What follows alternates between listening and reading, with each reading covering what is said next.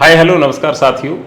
आज जो वीडियो है काफ़ी स्पेशल होने वाला है। जो किसान अभी बागवानी करने वाले हैं या भविष्य में करेंगे उनके लिए ये वीडियो सबसे पावरफुल साबित होगा, क्योंकि अधिकतर लोग क्या करते हैं, हल्का सा वीडियो देखा और उसको स्किप कर देते हैं या नेक्स्ट वीडियो पर चले जाते हैं। ये वीडियो देखने का कारण ये है कि आज हम आए हैं इंडो इजराइल प्रोजेक्ट के तहत जो नर्सरी चल रही है, जो कार्य योजना है, जो मदर ब्लॉक लगा हुआ है, यहाँ पर डॉक्टर शिवेंदु जी है, उनके दिशा निर्देश में कार्य योजना पूरा चल रहा है। कटिंग, प्रूनिंग कैसे प्लांटेशन की जाती है, हार्वेस्टिंग कैसे की जाती है, रोग कौन कौन से आते हैं, तो वो आज हम एक बेसिक जानकारी लेंगे कि हम पौधे लगाने से संबंधित क्या ध्यान रखें। क्योंकि सर सबसे पहले एक ही टॉपिक आता है किसानों के सामने कि वो प्लांटेशन कैसे करें, कितनी दूरी करें, क्या क्या ध्यान रखें, मिट्टी, पानी, जल का भराव।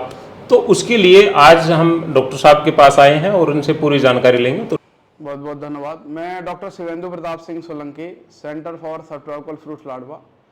यह गवर्नमेंट ऑफ हरियाणा का एक इंडो इजराइल केंद्र है जिसमें हम सब ट्रॉपिकल फ्रूट्स की बात करें, जैसे आड़ू, आलू बुखारा, नाशपाती, उसके बाद आपका मैंगो, लीची, चीकू, करौंदा, सहतूत, इन सभी फसलों पे हम फल फसलों पे काम कर रहे हैं। तो बेसिक आज जो एक जानकारी है जो देने के लिए हम जुड़े हुए हैं कि एक सिंपल सी चीज है कि आप किस तरह से जब आप बाग की तैयारी करते हैं तो आपको क्या क्या सावधानियां रखनी है, आपने कितने गहराई का गड्ढा खोदना है, कितने आपने पौधे की डिस्टेंस लेनी है। तो स्टार्ट हम करते हैं कि किस तरह से एक अच्छी जो जगह का सिलेक्शन बहुत जरूरी है जहां पे आप प्लांटेशन लगा रहे हैं। तो उसमें जो एक पहली चीज है कि आप मिट्टी की जांच जरूर कराएं, जैसा सभी लोग सजेस्ट करते हैं। और आप लगभग हर जगह पे ये देखने को मिलता है कि आप किसी भी विशेषज्ञ साइंटिस्ट के पास जाएंगे तो इस चीज की सलाह वो जरूर देता है कि कहीं ना कहीं आपको मिट्टी की जांच जरूर करना चाहिए। क्योंकि जो फल फसलों के लिए है 5.5 से लेके जो 7.5 का जो पीएच मान है वो बहुत अच्छा माना जाता है। वाटर की क्वालिटी भी बहुत अच्छी होनी चाहिए, बहुत खारा पानी हमको नहीं चाहिए। दूसरा है एक किस दिशा में हम प्लांटेशन करें, एक दूसरी चीज है। तो हमेशा जो आप प्लांट से प्लांट की डिस्टेंस रखेंगे, जो पौधे से पौधे की डिस्टेंस रखेंगे, वो नॉर्थ साउथ डायरेक्शन में रखेंगे तो आपकी जो लाइन है वो ईस्ट वेस्ट डायरेक्शन में हो गई। तो हमेशा इस चीज का ध्यान रखें, जो पौधा से पौधा लगेगा वो नॉर्थ साउथ डायरेक्शन में लगेगा और आपकी लाइन ईस्ट वेस्ट में होगी। फिर आ जाता है कि सही पौधे का सिलेक्शन। तो पहली चीज तो ये है कि जो रजिस्टर्ड नर्सरीज है, जो ऑथेंटिक नर्सरीज हैं, जो अच्छा प्लांटिंग मटेरियल प्रोवाइड करती हैं, उनसे ही आप जो ऑथेंटिक मटेरियल लें, जो कहीं ना कहीं आपको आगे चल के परेशान नहीं होना पड़ेगा कि आप खराब गुणवत्ता के अगर पौधे ले लेते हैं तो बाग सिर्फ 1 या 2 साल या 6 महीने का नहीं है, लगभग आपको अभी 30 से 40 साल तक भी बाग का मैनेजमेंट करना है और उससे प्रोडक्शन लेना है।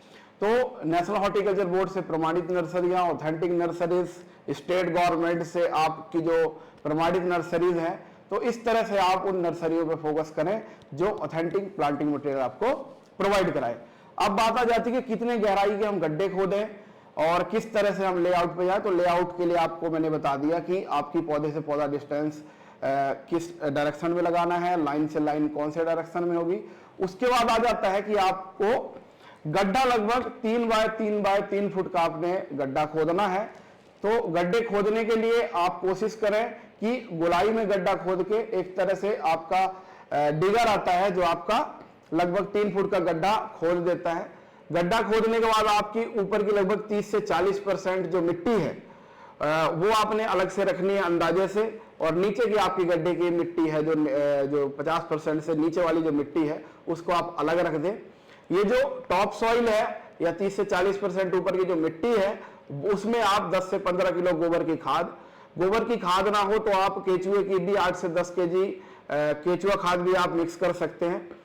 जड़ों की अच्छी ग्रोथ के लिए इनिशियली हम सिंगल सुपर फॉस्फेट आप लगभग 102 किलो प्रति गड्ढा आपने डालना है। लेकिन आपने इस चीज का ध्यान रखना है कि ये जो तीनों ही मिक्सचर है, ऊपर की 30 से 40% मिट्टी, 10 से 15 किलो गोबर की खाद और 1 से 2 किलो सिंगल सुपर फॉस्फेट। इसके अलावा अगर किसान को लगता है कि कुछ अच्छा और मटेरियल हम डाल सकते हैं तो आप नीम की खली 102 किलो या आप ट्राइकोडर्मा का पाउडर, ये सारी चीजें आप ऐड करके भी गड्ढे को अच्छी तरह से प्रिपेयर करके और फिर ये मिक्सचर सारा बाहर बना के और आप इसको गड्ढे की पूरी तरह से भराई कर लें। भराई करने के बाद हम रिकमेंड करते हैं कि आप पहला पानी दो उस गड्ढे में। तो पहला पानी देते समय लगभग आप 1.5 ml या 2 ml प्रति लीटर के हिसाब से क्लोरोपाइरीफॉस जो दीमक मारने की दवा है पहले पानी के साथ ही मिला के उस गड्ढे में दें। तो जो आप पहला पानी देंगे गड्ढे में मिट्टी और मिक्सचर जो आप भरने के बाद, तो उस पहले पानी में ही लगभग 1.5 से 2 ml प्रति लीटर के हिसाब से आप उसमें पानी में क्लोरोपाइरीफॉस मिला दें, जिससे वो दवाई पूरी तरह से गड्ढे में नीचे तक जाके और किसी भी तरह से जो कीड़े मकोड़े और आपका दीमक की समस्या है उससे फ्यूचर में आपको बचाव हो जाएगा। अब 7 से 8 दिन का समय देने के बाद गड्ढा लगभग 20 से 25% आपका बैठ जाएगा। 20 से 25% जो गड्ढा आपका बैठ जाएगा तो आप जो बचा हुआ मिक्सचर है फिर से इस गड्ढे में डाल दें और एक सिंपल पानी दे दें। अब क्या होगा, गड्ढा आपका पूरा एक लेवल में आ जाएगा। एक तरह से हम बोल देते हैं कि जो गड्ढा है अपने पूरे मुंह तक आ जाएगा और वो बैठना बंद कर देगा। अब ये गड्ढा आपका रेडी है किसी भी तरह से पौधा लगाने के लिए। अब आपने जो आप नर्सरी से पौधे लेके आए हैं, इस चीज का आपने विशेष ध्यान रखना है कि कभी भी जो ग्राफ्टिंग एरिया है वो आप अंदर गड्ढे में ना दबाएं।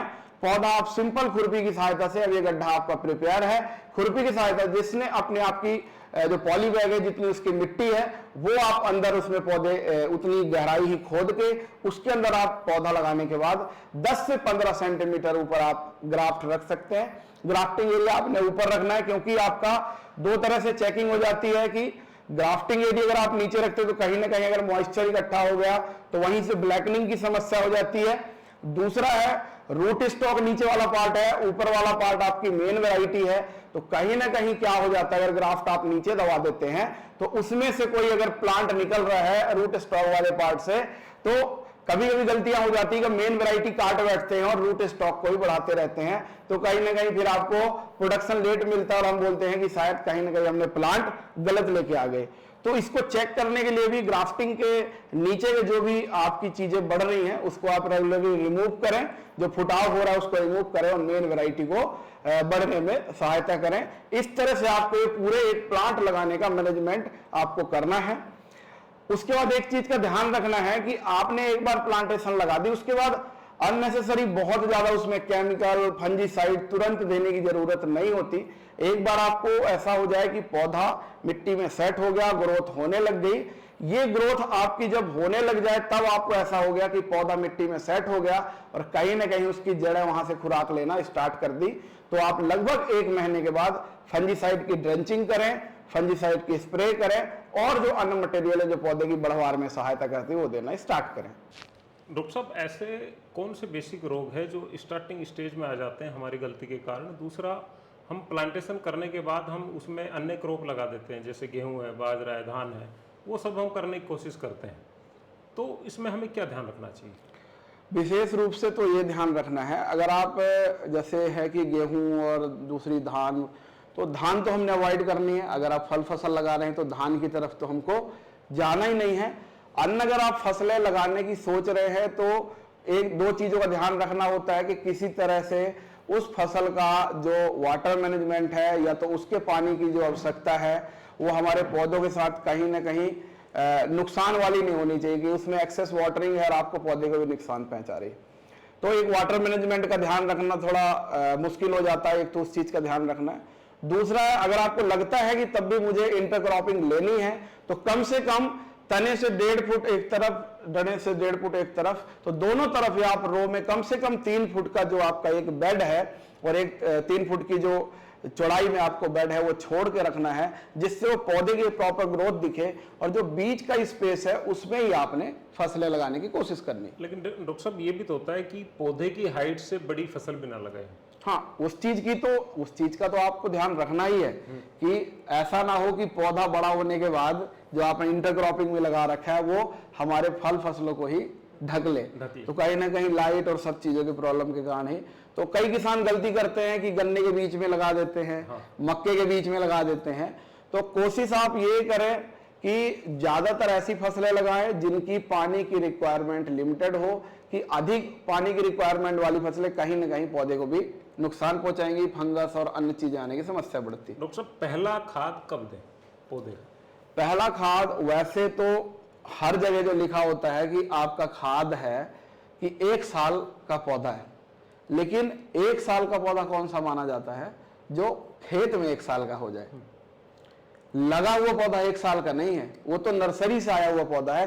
तो हमेशा मिट्टी की जांच कराते हुए अगर उसमें नाइट्रोजन, फास्फोरस और पोटास की मात्रा ठीक है, उसको ध्यान में रखते हुए 1 ईयर तक आपको सिंपल पौधे को बचाने की जरूरत है और कुछ ऐसा मटेरियल देने की जरूरत है जो मिट्टी में अवेलेबल तत्व हैं वो उसको अवेलेबल हो।